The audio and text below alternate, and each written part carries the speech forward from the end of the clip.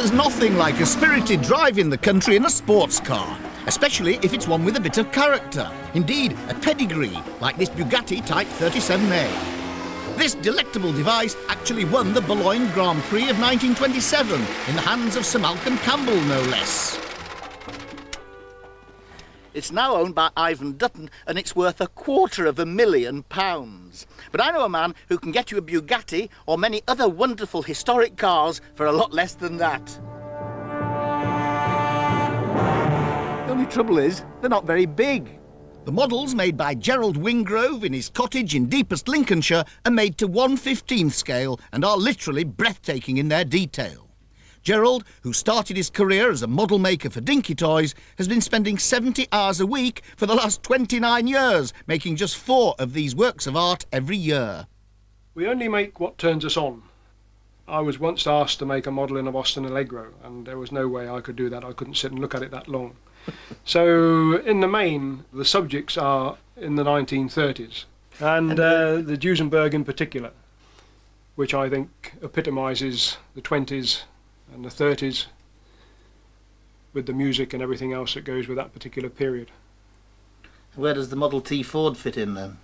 The Model T Ford was originally built for a museum in Holland, and it's got such character that we kept one chassis for ourselves. And this more modern Bugatti, how do you manufacture these bits that all work, with hinges and... Well, the hinges are actually made in stainless steel. I found a supplier for the manufacture of hyper, and we can now get the hinge of about 0.10 of an inch in diameter, which makes it almost to scale. But an interesting feature of this particular car is the alligator skin seats, which Phyllis, my wife, painted all the particular scales in there to scale from a piece of actual alligator skin that we got as a sample, and the dashboard is also alligator skin. Trained as an engineer, Gerald started with model ships. He went on to produce miniatures for the film industry and Lord Montagu's car collection before finding his perfect niche. It takes a year to prepare the drawings, and this is where Mrs. Wingrove comes in. Well, we go and visit the car, we take plenty of photographs, and I note down certain key measurements on a rough drawing. And after that, once we get home, I feed it all into the computer, which takes quite a long time in actual fact, a good few months, and come up with a basic drawing like this. I actually draw everything into the computer at full scale, and it's only scaled down later when it gets plotted out on the pen plotter. The next stage is the manufacturing of the parts. Gerald moulds, turns or machine drills nearly all the bits, and his attention to detail is mind-boggling. The first day I got me a fuel pump, and the next day I got me an engine and a trunk. Then I got me a transmission and all the chrome. I got it one piece at a time, and it didn't cost me a dime. You'll know it's me when I come through your town. I'm gonna ride around in style, I'm gonna drive everybody wild, 'cause I'll have the only one there is around. We start with the drawings and then gradually work our way through them.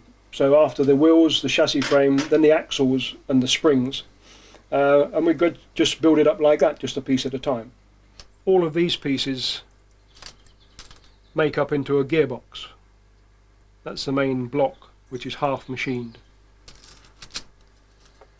and that will make up into this, complete with the drain cock.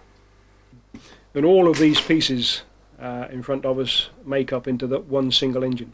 How many bits are in there?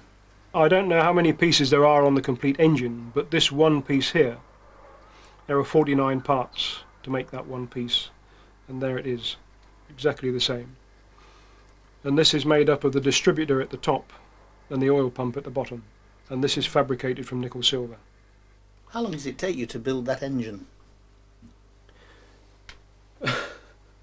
We don't keep a check of the time, but we do about 4 a year. And what material do you use for the upholstery? These are actually done in resin. I don't use leather because I haven't found a cowl which is a 15th scale. and you don't use 1:1 leather on a 1/15 scale model. So I can get a more realistic leather finish with the spray than I can by using actual leather. The only actual leather is on these straps with the buckles. Tremendous discipline. Do you ever feel like not bothering coming in the morning? I can't get up quick enough. We do it for the love of it. One gets a satisfaction when one sees something finished like that. Buyers of Gerald's models come from as far afield as Japan and America and happily pay between £10,000 and £25,000 for these masterpieces. But for many of them, it's only loose change. They've already got the real thing tucked up in their garages at home. Now, they may look fantastic, but to test just how authentic these models really are, I'm going to have a swig of my incredible shrinking potion. Oh dear, I thought...